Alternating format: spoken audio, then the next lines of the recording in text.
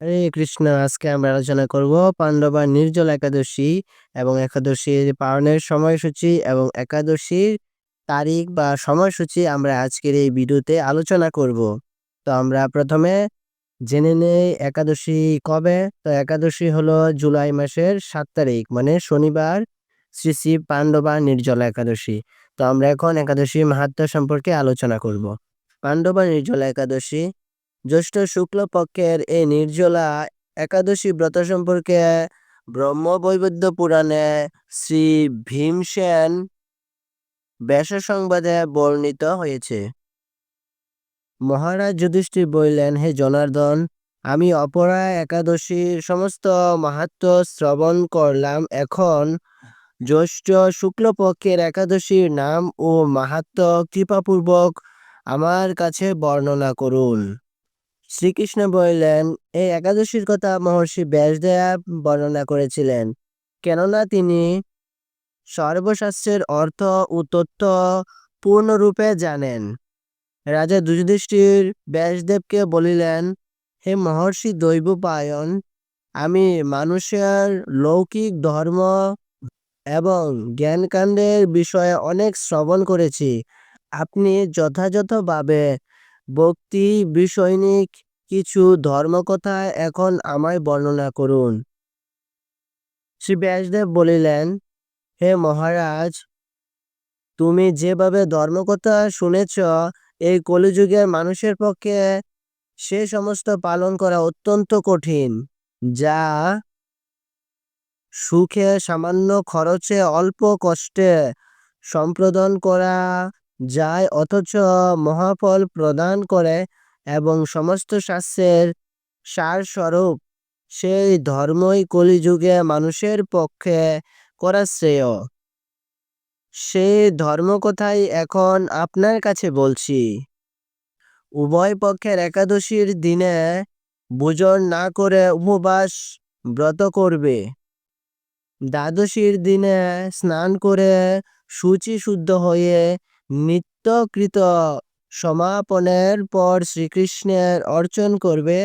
এরপর ব্রাহ্মণদেরকে প্রসাদ ভোজন করাবে।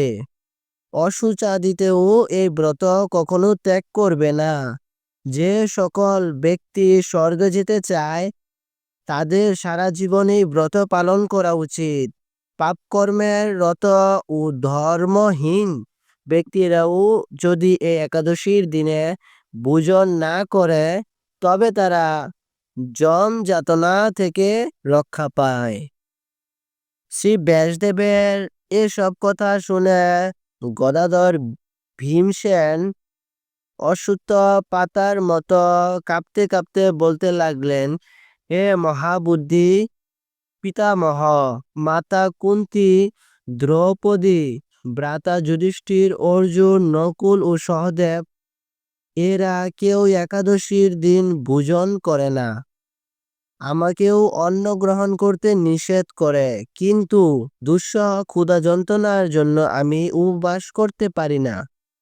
ভীমসেনের এরকম কথা ব্যাসদেব বলতে লাগলেন, যদি স্বর্গাদি দিব্যধাম লাভের তোমার একান্ত ইচ্ছে থাকে, তবে উভয় পক্ষের একাদশী ভোজন করবে না।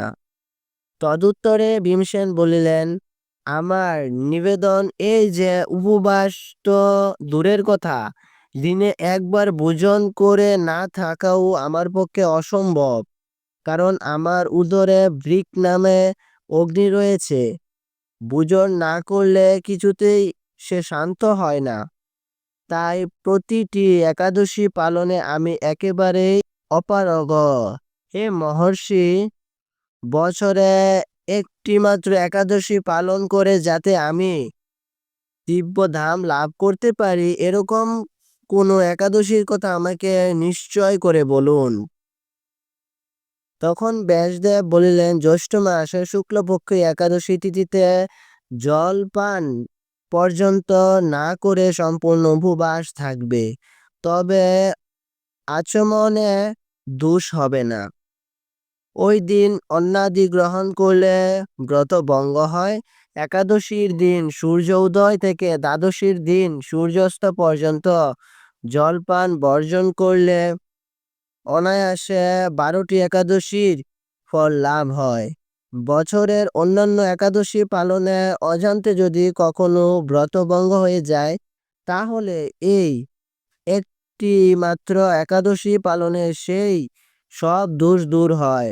দ্বাদশীর দিনে ব্রহ্ম মুহূর্তে স্নানাদি কার্য সমাপ্ত করে শ্রীহরির পূজা করবে।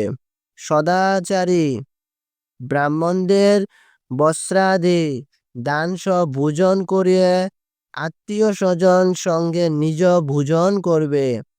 এরূপ একাদশী ব্রত পালনে যে প্রকার পুণ্য সঞ্চিত হয়, এখন তা শ্রবণ কর। সারা বছরের সমস্ত একাদশীর ফলই এই একটি মাত্র ব্রত উপবাসে লাভ হয়ে যায়।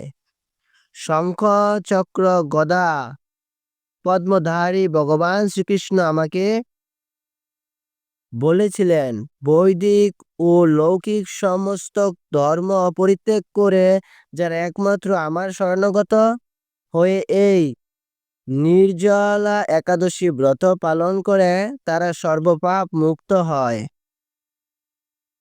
বিশেষত কলিযুগে ধর্ম সম্পদ দানের মাধ্যমে সদ্গতি বা স্মৃত সংস্কারের মাধ্যমেও যথার্থ কল্যাণ লাভ হয় না।